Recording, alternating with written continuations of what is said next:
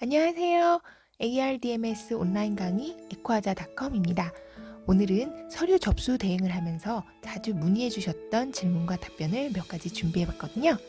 그럼 빨리 시작해 볼게요. 네, 제가 서류 접수 대행을 진행하면서 많은 선생님들께서 여러 가지 질문들을 해주십니다. 그 중에서 오늘은 파트 1으로 6가지 정도 정리해서 한번 알아보도록 하겠습니다. 하나하나씩 자세히 살펴볼게요. 네, 첫 번째로 알아볼 질문은요. 서류상의 이름, 스펠링, 순서 어떻게 하죠? 정말 많이 해주시는 질문이에요. 가장 기본은요. 여권과 동일한 스펠링으로 작성을 해주시는 거 그걸 꼭 기억을 하시고요. 대문자로만 혹은 소문자로만 대문자, 소문자 섞여서 상관없습니다. 스펠링만 똑같다면 승인하는 데는 전혀 문제가 없고요. 그리고 저희가 영문 면허증을 이제 보건복지부에서 다운로드를 받아서 보면 순서가 성, 이름 순서로 나와 있어요. 그래서 이게 성, 이름 순서로 돼 있는데 어떡하죠? 승인 나는데 전혀 지장 없거든요. 하지만 선생님들께서 사이트에서 작성을 하실 때 first name 아니면 given name에는 꼭 이름을 써주시고요.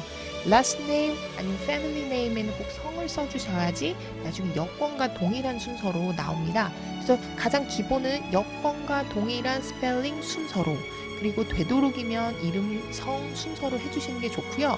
받으신 서류에서 성 이름으로 작성돼 있거나 소문자로 작성돼 있는 게 승인 나는 데는 전혀 영향을 끼치지 않는다는 것만 기억해 주시면 됩니다.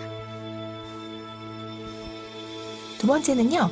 ECE에 보낼 서류, 어떤 서류를 동봉해서 보내나요? 라는 질문인데요. ECE에 보낼 서류는 딱 2가지면 됩니다. 시일 처리된 학교 서류 봉투하고요. 매칭 폼, 딱 2가지인데요.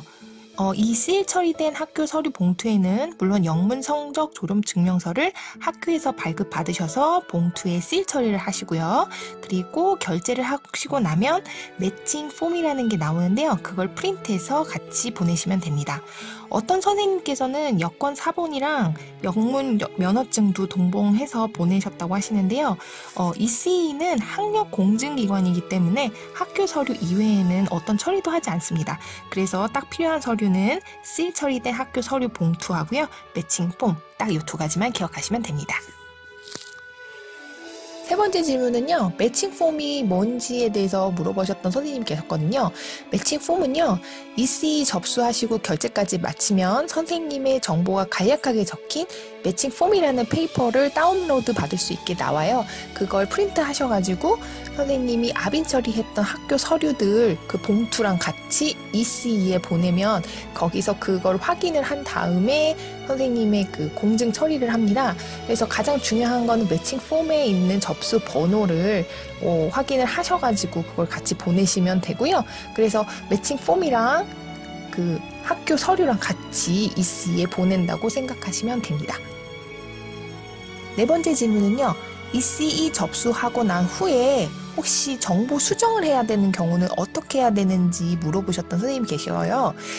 우선 ECE 접수하고 나면은 한국 시간으로 밤 11시 주말 제외하고요. 밤 11시 이후에 ECE 사이트에 보면 그 화면 오른쪽 하단에 보면 라이브 챗이라는 팝업 창이 뜹니다. 거기에 선생님 정보를 적으셔가지고 그쪽 사람들하고 직접 선생님의 문의사항을 거기다가 입력을 하셔서 그쪽에서 답변을 주고 혹시 또 수정해야 되는 상황은 그 자리에서 바로 수정을 해주거든요.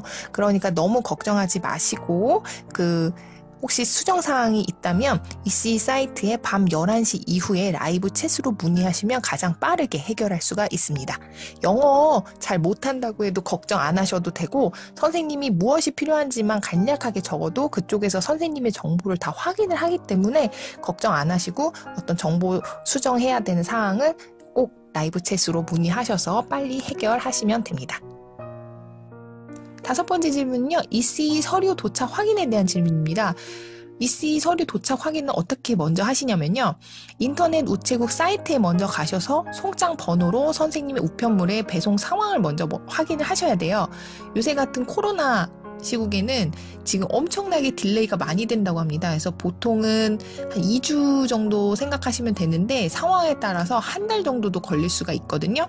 그래서 우체국에서 먼저 배송이 됐는지에 대해서 상황을 먼저 확인하시고요.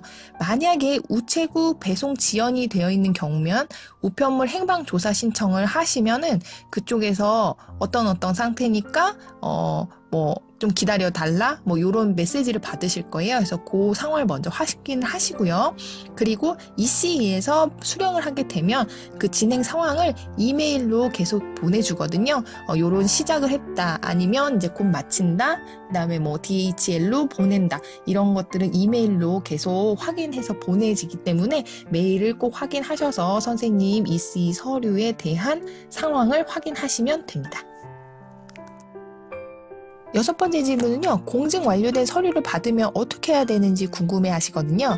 자, 공증 완료된 서류는 보통 선생님들께서 DHL 통해서 받으실 거예요. 받은 서류 중에서 EC에서 발송한 공증 서류는 파란 색깔 테두리로 되어 있는 페이퍼가 있습니다. 그 페이퍼가 공증 서류고요. 그리고 선생님이 보내셨던 그 학교 서류들도 반송을 해서 아마 받으셨을 거예요. ARDMS 시험 접수하시고 난 다음에 서류를 업로드를 하실 때는 파란색 테두리에 있는 페이퍼만 앞면만 스캔하셔가지고 업로드를 하시면 되고요. 그 ARDMS에서 그것을 확인한 후에 시험 승인을 내주게 됩니다. 그래서 다 업로드 하실 필요 없이 파란색 테두리에 있는 종이만 스캔하셔가지고 업로드 하시면 됩니다. 네, 선생님들께서 궁금해하셨던 여러 질문 중에 오늘 한 6가지만 살펴봤거든요. 선생님들께서 또 궁금해하신 것들 또 있으시면, 서류 접수에 대해서 궁금해하신 것들이 있으면 밑에 댓글에 달아주시면 제가 확인을 해보고 제가 답변 드릴 수 있는 것들은 또 추려서 이렇게 영상으로 만들어서 올려드리도록 하겠습니다. 감사합니다.